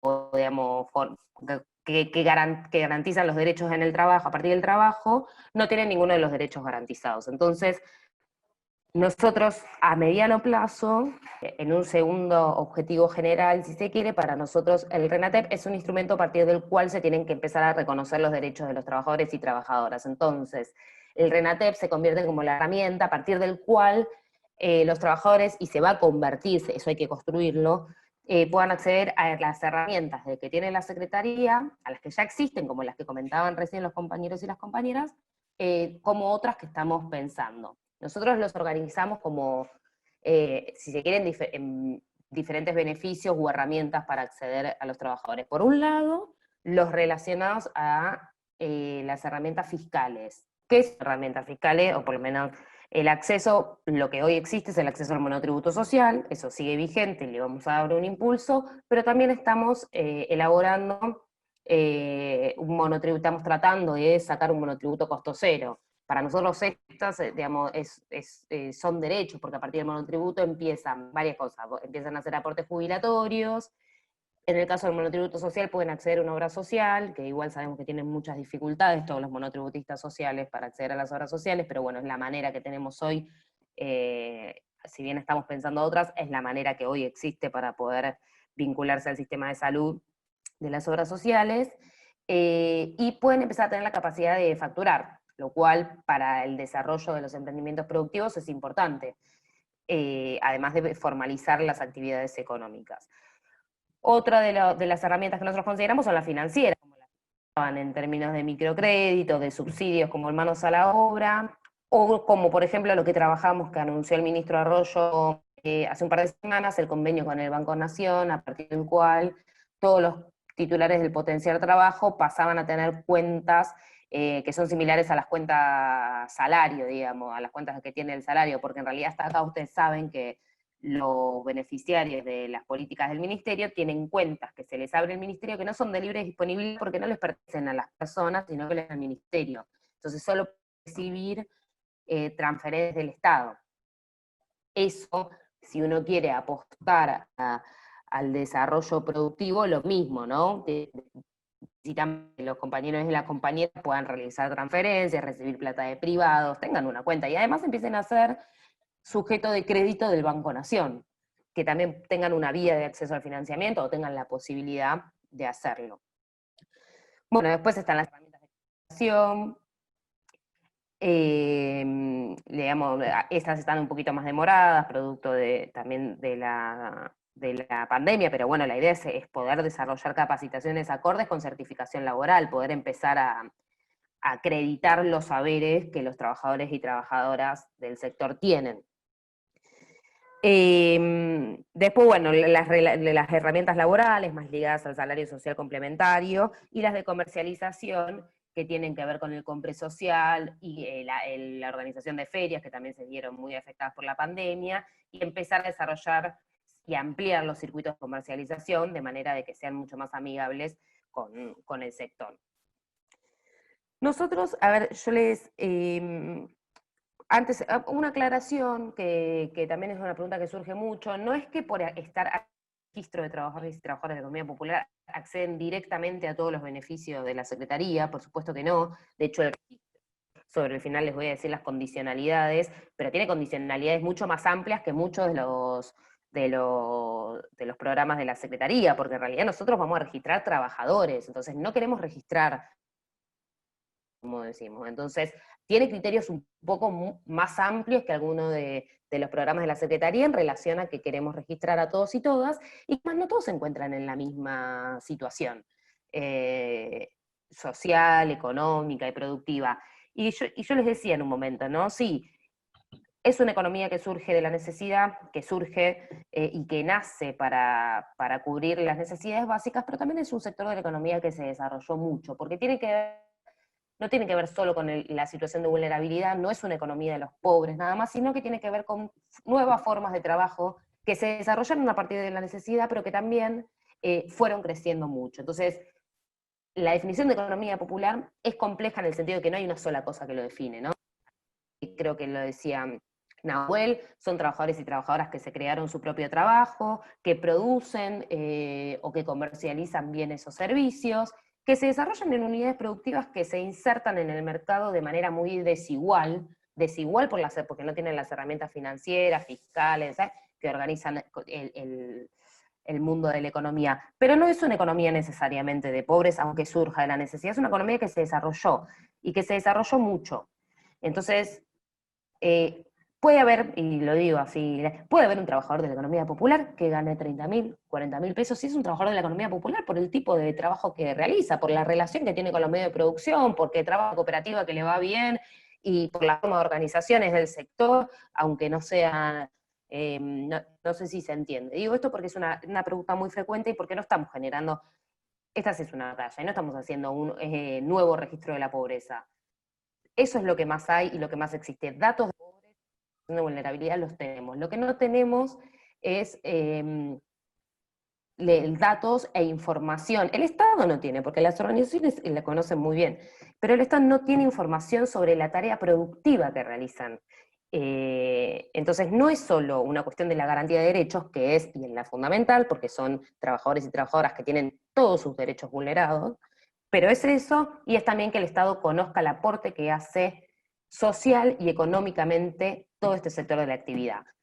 Sonia, La pandemia visibiliza. Sí. Una preguntita para cerrar y pasarle la palabra a Martín, que es, Sí.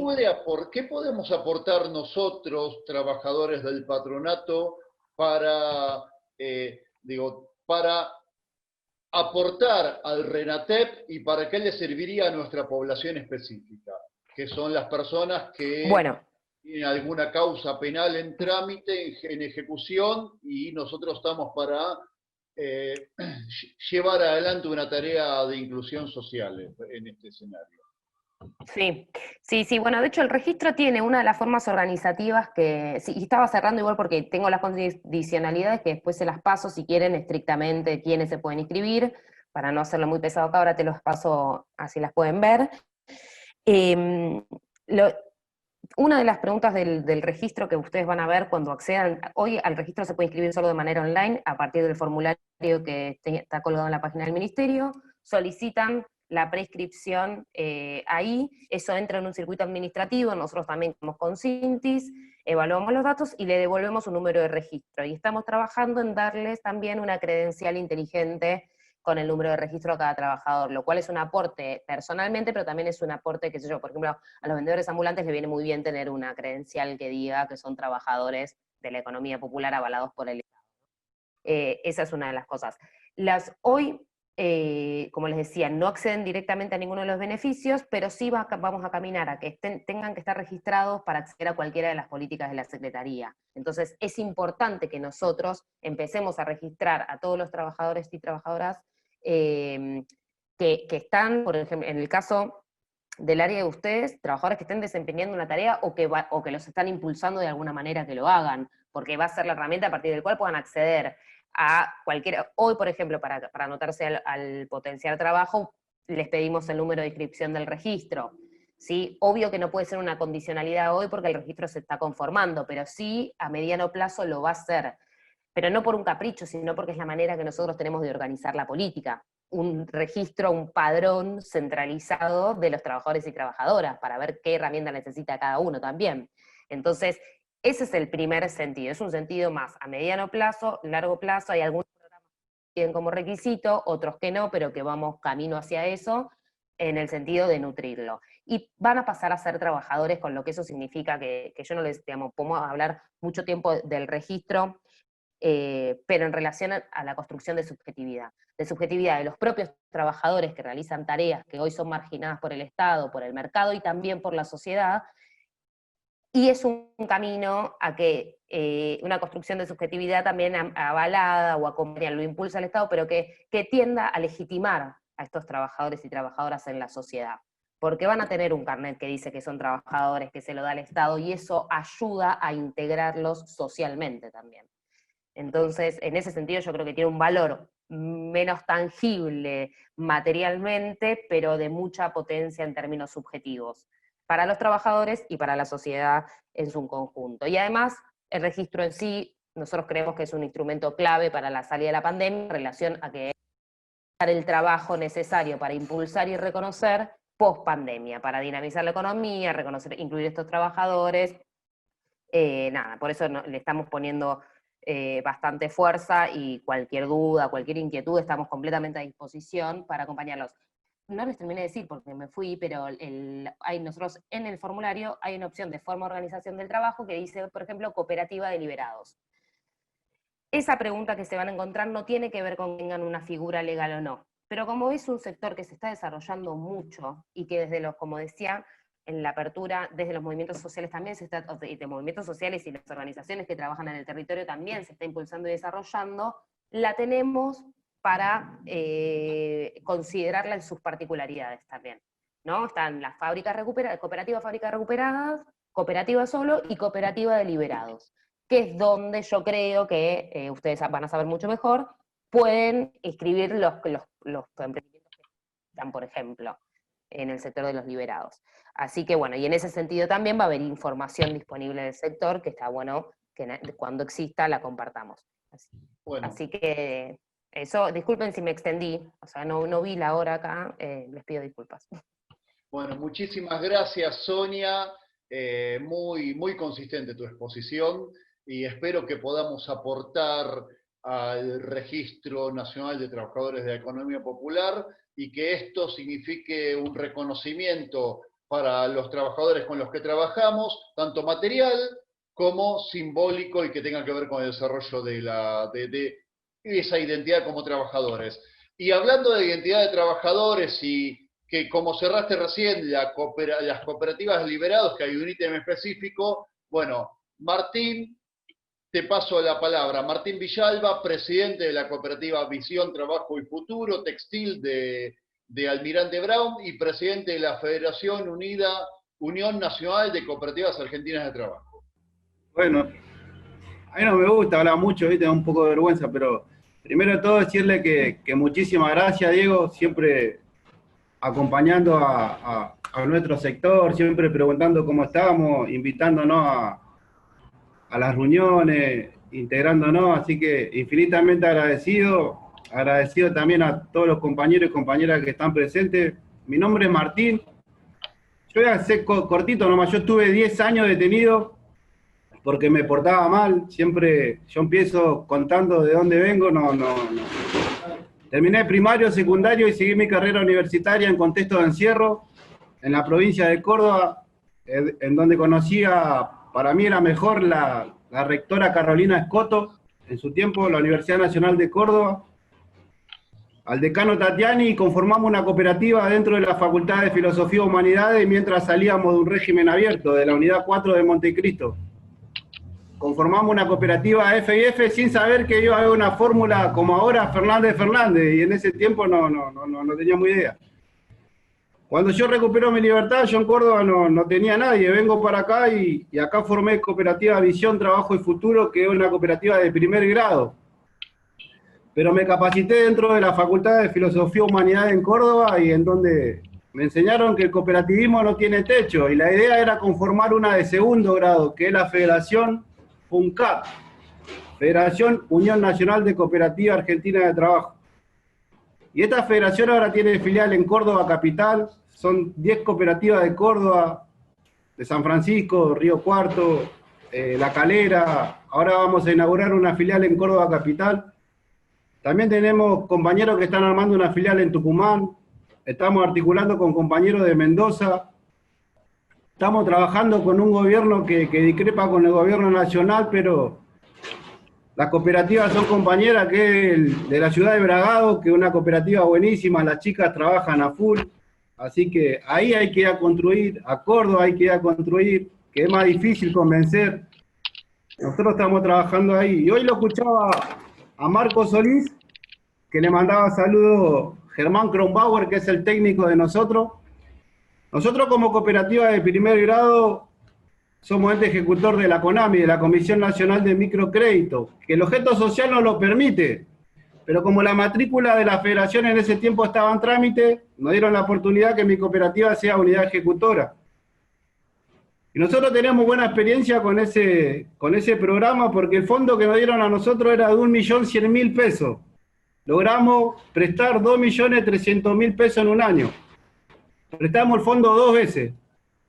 En los primeros 10 meses no tuvimos ningún problema de pago. Cuando empezó la pandemia solamente tuvimos una mora nomás.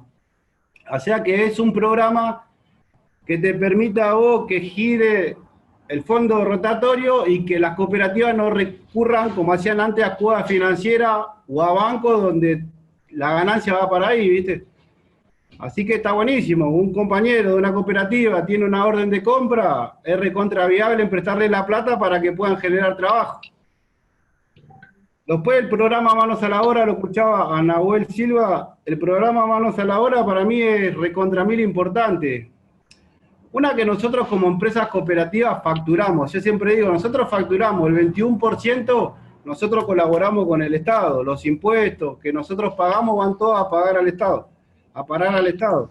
Lo que está haciendo el Estado es una mirada inteligente, es invertir en un proyecto productivo de una cooperativa donde se genera trabajo genuino, autosustentable, donde la bandera es la bandera del trabajo y al home banking lo manejan los trabajadores. Yo siempre digo eso. Ellos están invirtiendo, ¿por qué? Porque invierten, qué sé yo, ponerle 2 millones de pesos, nos salió la máquina de bordado que la compramos en China.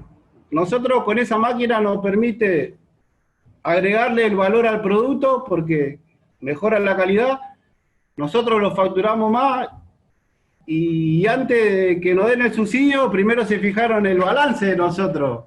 a ver si realmente nosotros facturábamos y estaba bueno que el Estado invierta en este proyecto.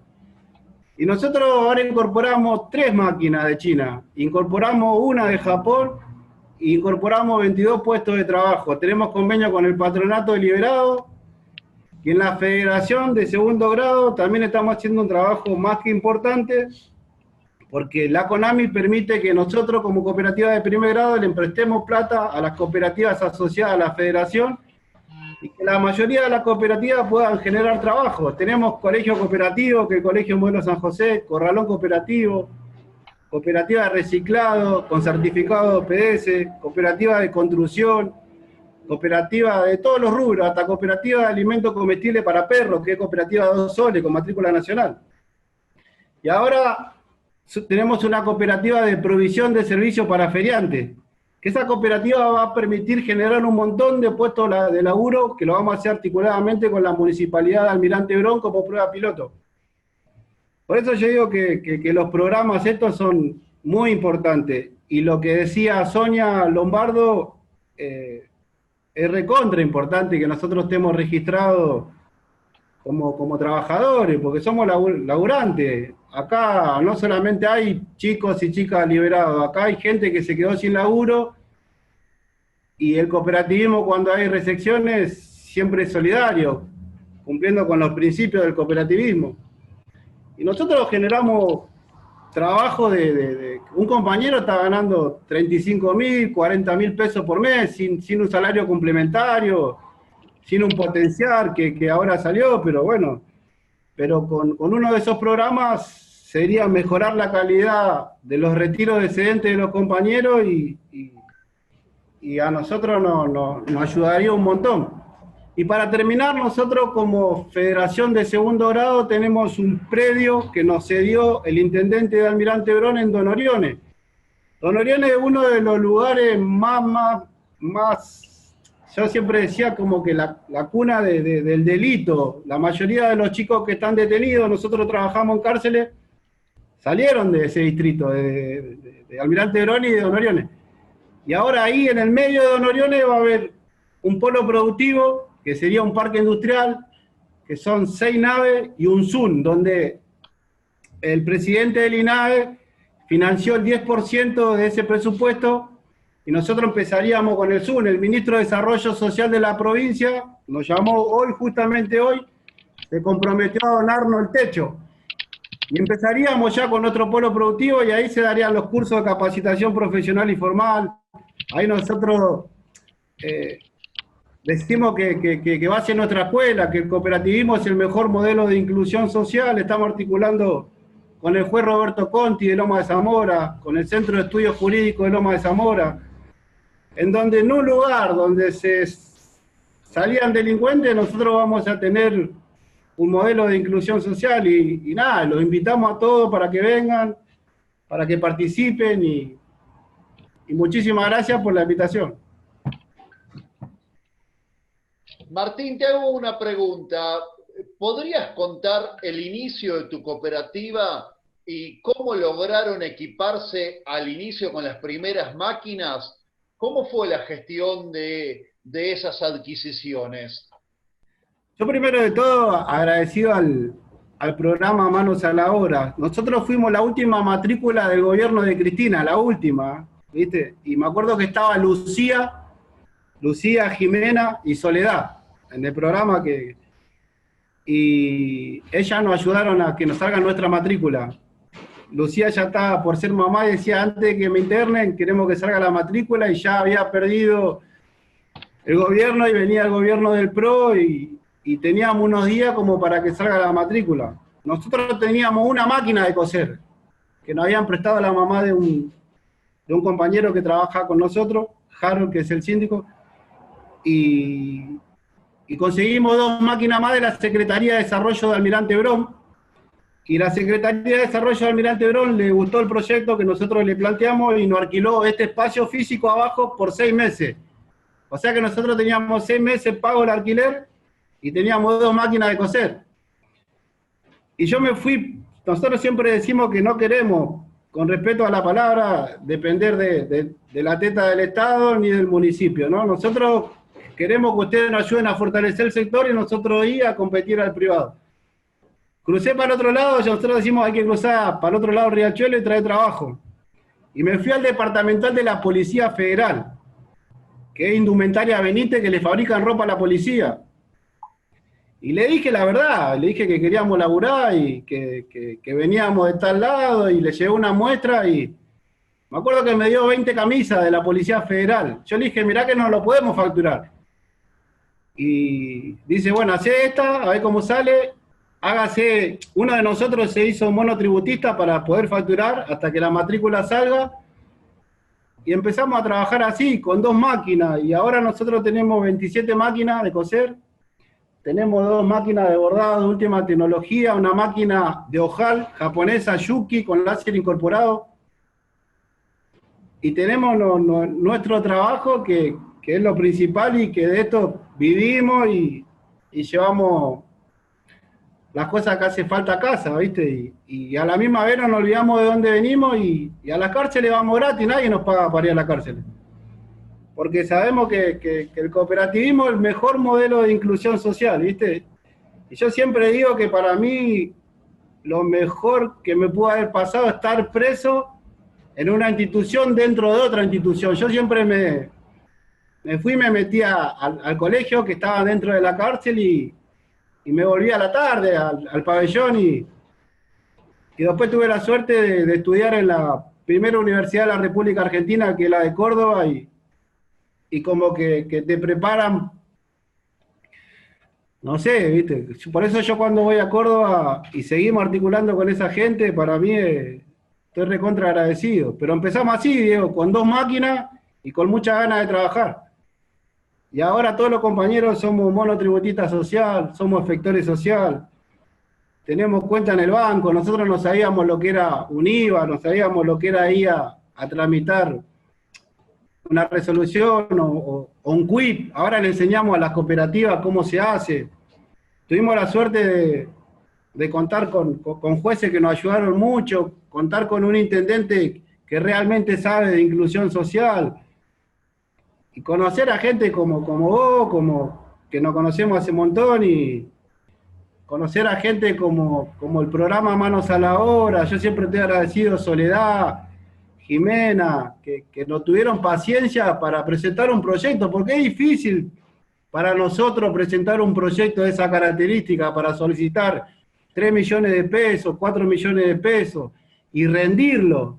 Es lo principal, rendirlo. A vos te dan 30 días para rendirlo, si es posible rendirlo en 20. Que eso hay que mostrar, que nosotros realmente cambiamos y que laburamos, y si no laburamos nos comemos. Por eso yo siempre digo que a la política verla desde el lado de que nos den una mano para fortalecer el sector, o que directamente nos lleven al contacto como para ofrecer nuestros productos, ¿viste? Y después la roca que quede de un lado, porque termina la roca y la cooperativa se fundió y la ladera está vacía, y de esa manera nosotros sabemos que vamos a trabajar. Y después vos en la federación tenés de izquierda, de derecha, de zurda, el de pañuelo verde, el del pañuelo celeste, pero acá adentro nosotros somos un equipo. Después cuando vos salís para afuera de la federación, militás para el que vos quieras, ¿viste? Yo soy re fanático de Boca, siempre digo que Palermo y Riquelme todos lo criticaban, pero adentro de la cancha eran los mejores y ganaron todo. Después afuera ellos no comían. Nosotros acá dentro de la federación tenemos que ser los mejores, ¿viste? Y así vamos sumando. Por eso digo que es muy bueno lo del fondo. Justo ayer hablé con el secretario de Alberto Gandulfo por el tema de la CONAMI, ¿viste? Nosotros le pedimos ya potenciar un poco más el fondo de la CONAMI, nos llamaron. También hablé con Murúa, que es el director de Empresa Recuperada. También hablamos con Daniel Arroyo, que se comprometió que la federación sea unidad ejecutora. Y vamos avanzando, así que, nada, no lo quiero aburrir, ¿viste? No me gusta hablar mucho, pero que cuenten con nosotros para lo que sea, en lo que podamos ayudar, y nosotros también poder contar con ustedes, con Nahuel, con Sonia, con Marco, porque son herramientas esenciales para fortalecer el trabajo, ¿viste? Una es la maquinaria, la otra es un fondo, y la otra, que nuestro trabajo esté en blanco. Así que muchísimas gracias. Y a Marco le vuelvo a reiterar que le mandó un saludo a Germán Kronbauer, que es el técnico de la Konami de nosotros. Mandale un abrazo a Germán, Martín. Gracias, Marco. Un abrazo. Che, muy bueno, Martín, te felicito. Bueno, son las 12:10. La verdad que excelentes, por lo menos desde mi mirada, que de alguna manera estamos craneando esto, excelentes las exposiciones de hoy, de Marcos, de Sonia, de Nahuel, de Martín. La verdad que les agradezco mucho. No sé, yo digo, abrimos el micrófono para que alguna compañero o compañero diga lo que tenga para decir, y bueno, y avancemos en esto y a ver qué es lo que surge. Si Sonia, una cosita, Martín quiere contactarse con vos, así que me gustaría ver si podemos hacer algún contacto ahí entre Martín como presidente de la DBTF. Compañeras y compañeros, ¿quién quiere intervenir para cerrar? Bueno, simplemente agradecer por las exposiciones y por la claridad que transmitió Martín respecto de que la rosca de la superestructura lo único que hace es confundirnos y desviarnos de los objetivos que son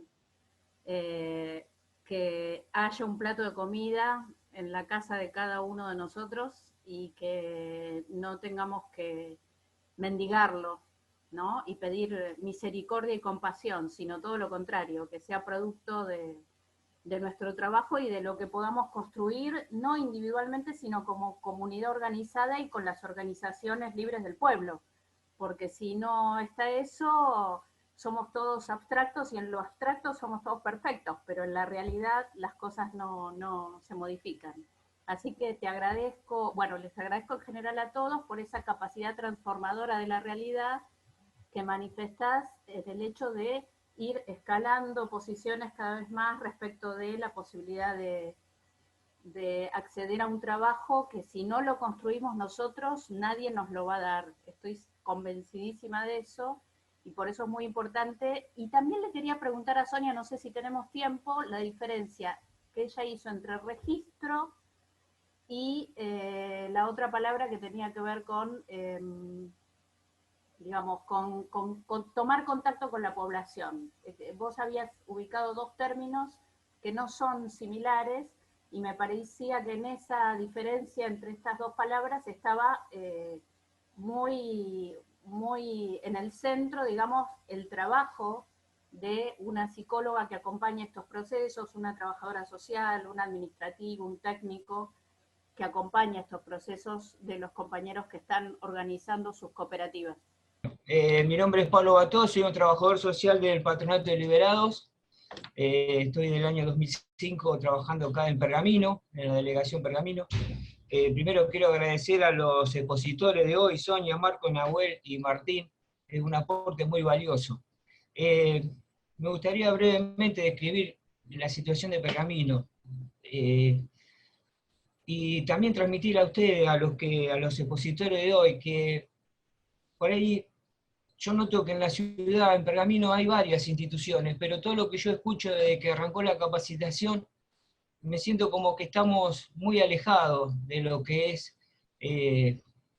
las instituciones. Por ejemplo, hace unos años que en Pergamino hay un centro de desarrollo, una delegación del Centro de Desarrollo de Nación, Desarrollo Social, y todo lo que escucho hablar de lo que arrancó la exposición, nunca veo que eso llegue acá. No sé si pasa por la cuestión de la persona que estaba a cargo o los que estuvieron a cargo de ese organismo.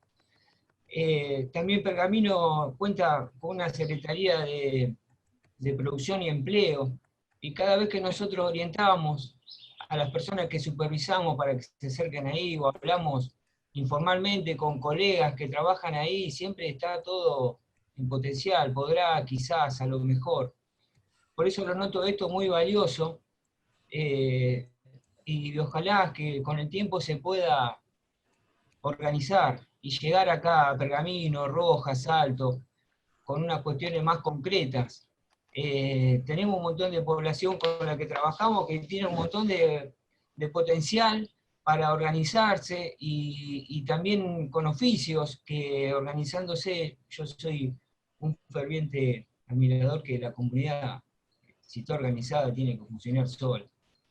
Lo privado con lo estatal tiene que funcionar todo. Y obviamente el Estado tiene que ser facilitador. Tengo algunas experiencias por fuera del Patronato de Liberados, donde hemos tratado de armar y he presentado proyectos en la municipalidad en el año 2009, de armar una cooperativa de horno de ladrillo. Y ahí generar un trabajo con algunos ciudadanos bolivianos y que tienen un aporte y una calidad de trabajo en el producto que hacen que es muy bueno. Y siempre te encontrabas con trabas, en este caso con el Estado, de no ser el facilitador, estoy hablando del año 2009.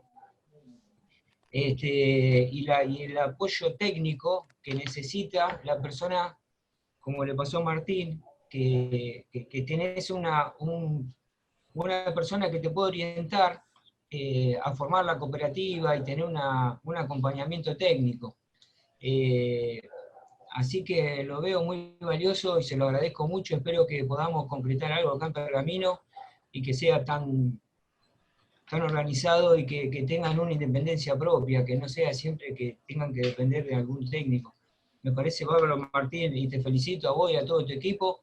Sé que esto es de timbrear todos los días y no bajar los brazos. Siempre las personas que egresan de una unidad penal son estigmatizadas. Yo estoy hablando con alguien que lo vivió, que sos vos, Martín, y nosotros los que estamos acompañándolo a ustedes también somos también hasta juzgados de por qué trabajamos con personas así, y hay que valorar a la persona.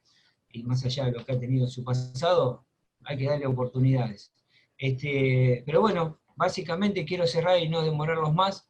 Me gustaría que en algún momento, una vez terminada la capacitación, podamos concretar y que también tengamos experiencias para contar desde Pergamino, Roja, San Nicolás, Salto, que es la zona donde yo estoy viviendo. Bueno, le quería agradecer mucho y ojalá se puedan destrabar y que todo lo que es institucional, que es nacional, provincia y municipio, se destraben y tengamos un mismo sentido, que es organizar núcleos de personas que puedan tener su propio emprendimiento y trabajar solos, y obviamente registrado y con todo lo que corresponda, porque nadie quiere generar ningún trabajo negro ni que la paga sea mala. Pero bueno, lo agradezco mucho por su tiempo, y es muy valioso para mí y para mis compañeros acá en Pergamino. Gracias. Bueno, yo agradezco mucho la participación de todas las compañeras y compañeros que participaron en el día de hoy, a Marcos Solís, a Sonia, a Nahuel, a Martín, a Pablo, a Patricia y todas las compañeras y compañeros que intervinieron. Quiero cerrar con una muy breve reflexión sobre el desafío que implica para nosotros, trabajadores estatales, poder construir un Estado que supere los desastres del Estado neoliberal que heredamos y que todavía tenemos presentes, y que todo lo que implica la reinstitucionalización de las prácticas estatales. De eso se trata esto que estamos haciendo. Digo, de poder generar un Estado nuevo que esté al servicio de las necesidades populares y que esté dispuesto a asumir los desafíos territoriales que implica una gestión al servicio del trabajo y de la organización popular. Bueno, muchísimas gracias por todo. La semana que viene vamos a hacer otro encuentro similar a este sobre herramientas para la intervención. Y bueno, espero que todas y todos puedan aprovechar todo lo que se dice, todo lo que tratamos en esta introducción, y por supuesto vamos a profundizar cada uno de los contenidos en todo lo que sigue de aquí en más. Muchísimas gracias y nos vemos la semana que viene. Chao.